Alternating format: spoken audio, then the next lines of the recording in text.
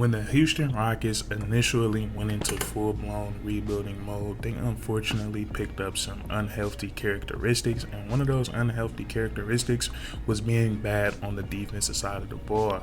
We go back and look at the 2020-2021 NBA season. By the end of the year, they ranked 27th in the league in defensive rating. Fast forward to the next season, the 2021-2022 NBA season, they ranked dead last in the NBA in defensive rating. And then we get to the most previous season, the season that just concluded, the 2023-2024 NBA season. The Houston Rockets, they were finally able to change things around, turn things around on the defensive side of the ball. By the time the season concluded, they were 9th in the NBA in defensive rating.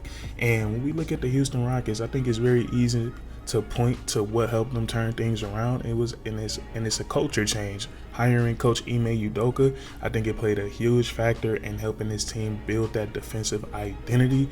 We look at Coach Ime Udoka, where he was coaching at before he became a member of the Houston Rockets organization. He was coaching the Boston Celtics.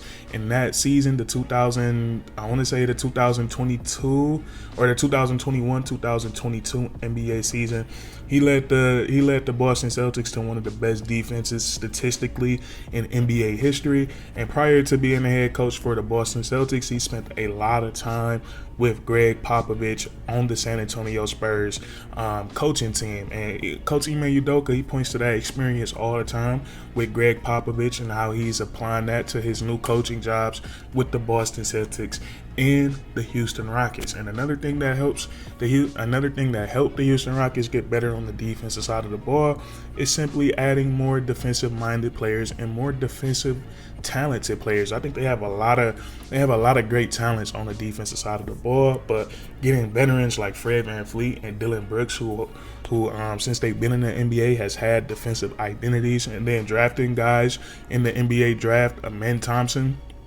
Tari Eason, Cam Whitmore, Jabari Smith Jr., and even Reed Shepherd. He has a little bit of tricks on the defensive side of the ball. All of these things have led to the Houston Rockets being, and Tari Eason as well. All of these things have led to the Houston Rockets being better on the defensive side of the ball. And next season, I think they have an opportunity to go from ninth rated defense in the league to potentially a top 5 defense. And one thing we look at last year with the Houston Rockets, some of their best defenders weren't out there consistently. We look at guys like Tari Eason, who in his draft class he was notarized as one of the best defenders in all of his draft class. And I think for the moments that we've seen in the summer league, the moments that we've seen in college, the moments that we've seen in the NBA, Tari Eason does have that upside to be one of the best defenders in all of the NBA. The only thing that we can hold over Tari Eason's head, and this is the thing we can't really hold over his head, but is his injuries, because he hasn't been out on the court. He hasn't been out on the court consistently, but when Tari Eason is out there, he is looking like one of the best defenders in the NBA. And then another player that was in and out of the lineup, Cam Whitmore. He wasn't as consistent as you would like him to see, be as a Houston Rocket fan. And then Fred VanVleet, another key defender, missed some pivotal time for the Houston Rockets as well. So I'm looking at next season. And also, we got to account for the youth of some of these young guys. Like, a lot of these guys, these are their first, second years in the NBA. So I'm thinking with the Houston Rockets potentially getting back some of these guys more, getting them back healthier. I don't want to jinx anything, but potentially getting these guys back full time, the younger players getting some experience. I think they can become a much better defensive team than what they were last year, and they were pretty good on the defensive side of the ball. So the first thing I want to look at today is just look at some of the guys that are so good individually on the defensive side of the ball of the Houston Rockets, because I think they have a lot of guys that deserve a lot of credit. And I want to start with Dillon Brooks. I've come to learn that Dillon Brooks, he's one of the most hated players in the NBA, hated by his peers. He's hated by the NBA world. And based off what I'll be saying in the comment section, I'm pretty sure there's some Houston Rockets fans that also hate Dillon Brooks. But all in all, he still is a terrific defender. And my favorite thing about Dillon Brooks as a defender is his versatility. One thing I thought was pretty outstanding last season, we go back and look at those matchups against the San Antonio Spurs and Victor Wembanyama. I believe the first matchup, Wemby had a pretty decent game, and after that they met 3 more times, and in those 3 games, over 3 games, Wemby only scored 38 points and he shot below 40% from the field. And a guy that was in a lot of Wemby during those matchups was Dillon Brooks. He was able to get physical with him, get under him, get in his chest, and not allow him to get downhill towards the rim. And actually, as I was reading about this, and I'm paraphrasing here, Victor Wembanyama, he said the Houston Rockets that the Houston Rockets were his personal worst matchup as far as when it comes to team defenses. He says because they're very fast, they're very physical, and they throw so many different looks at you. So those words came from Victor Wembanyama. Dillon Brooks, he's a guy that you can put in today's NBA with how it's shrinking and shrinking. You can put Dillon Brooks on 1 through 4. You can put him on the guy that's initiating the offense. You can put him on the best scorer. And as we just talked about, you can even put him on a 7'4" center in Victor Wembanyama. So he's a jack of all trades on the defensive side of the ball. I know he has a lot of antics, but sometimes those antics are worth it because he can take the opposing team's best scorer or best perimeter player out of the game. So I love that the Houston Rockets have Dillon Brooks on the defensive side of the ball.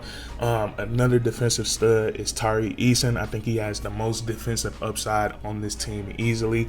You go read Tari Eason's draft profile. It's insane as far as his physical attributes. He stands at 6'8", but he has a I remember his wingspan. I want to say Tari Eason has a 7'2" wingspan.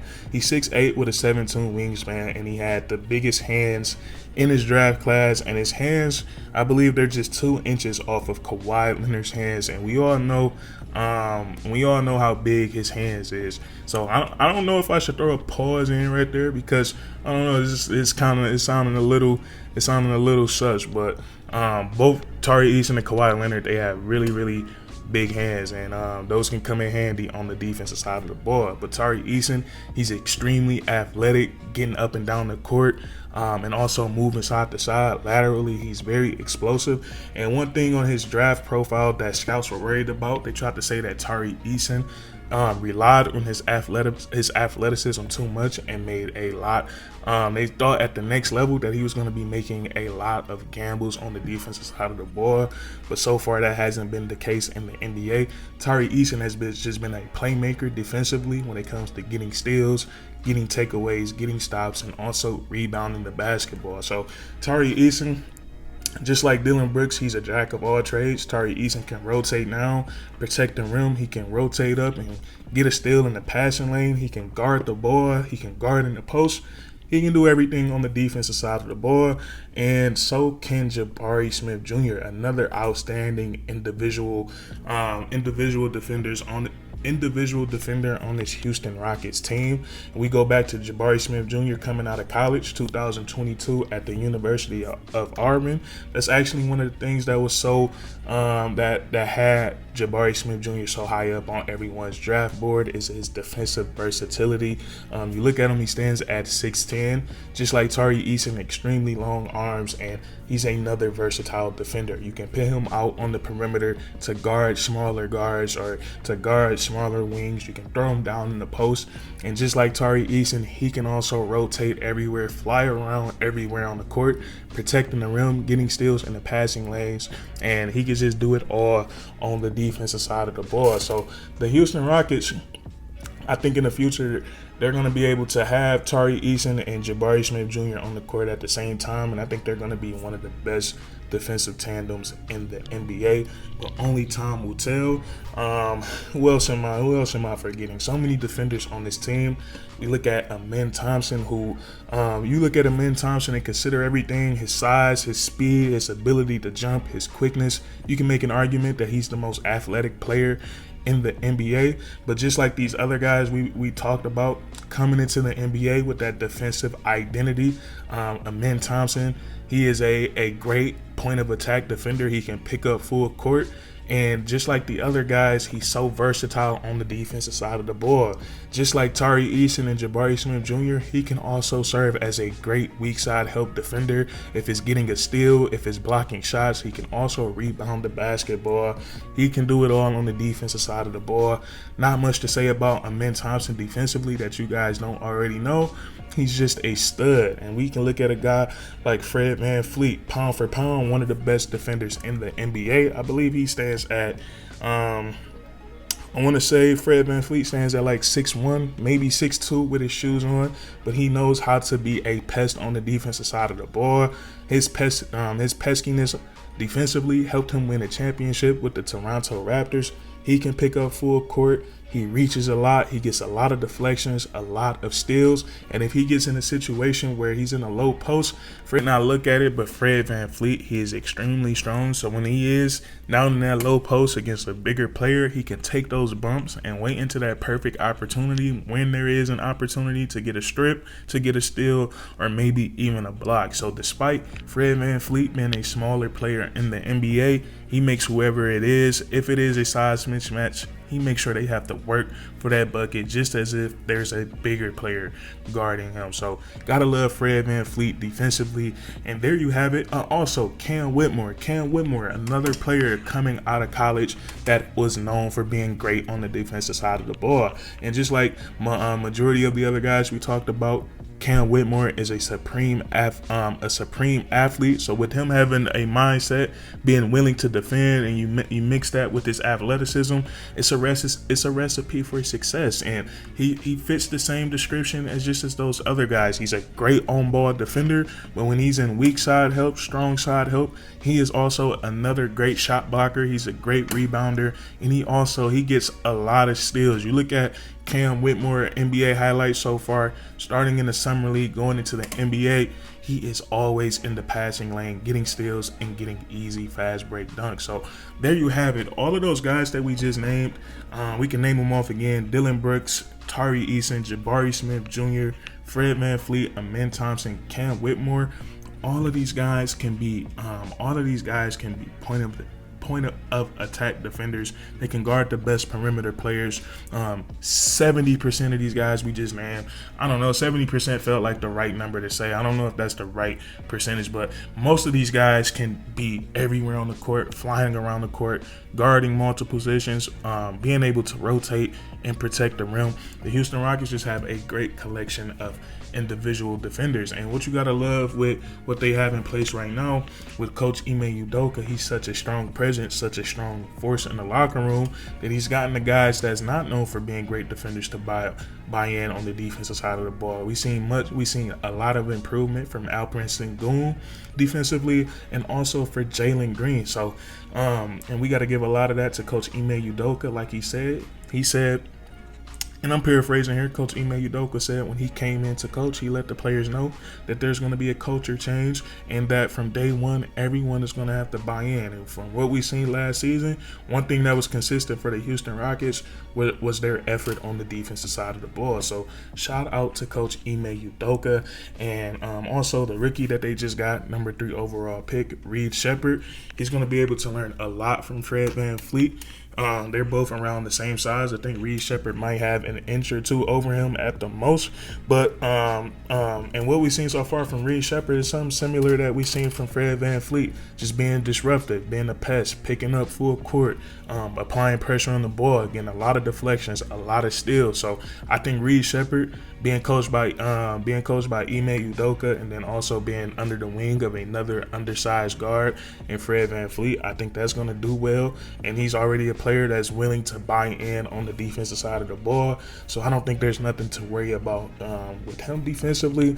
And then we look at the Houston Rockets. We look at their scheme. They can put so many different lines. They can put a lineup in if they want to run switch everything they wanted to. If they wanted to, and put Jabari Smith Jr. at the 5. Whenever they have Steven Adams and Alperen Sengun in the game, they can have those guys in the drop coverage, because they have so many guys that can fight through screens, who can get through screens, who are fast enough to evade screens.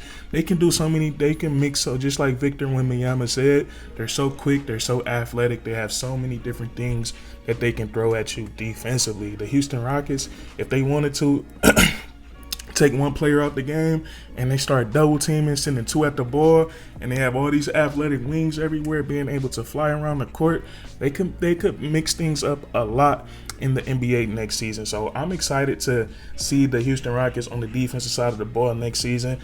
We can mark it right now. Last year we said they ranked 9th in the NBA in defensive rating. I can't see them being ranked. No, if everyone stays healthy, I can't see them ranking nowhere lower than the 7th ranked defensive team in the NBA, because I think the talent is there and I think the experience is coming along as well. It's just a matter of these guys staying healthy. But that's what I want to talk about with you guys today. If you enjoyed, please leave a like, comment down below if you agree or disagree, and then subscribe for more weekly content. We do this all the time, man, and that's Curtains. And I'm not gonna lie to you guys, coming off a crazy work shift, I'm about to sleep so good. You can see it in my eyes. I'm about to sleep so good. But that's Curtains.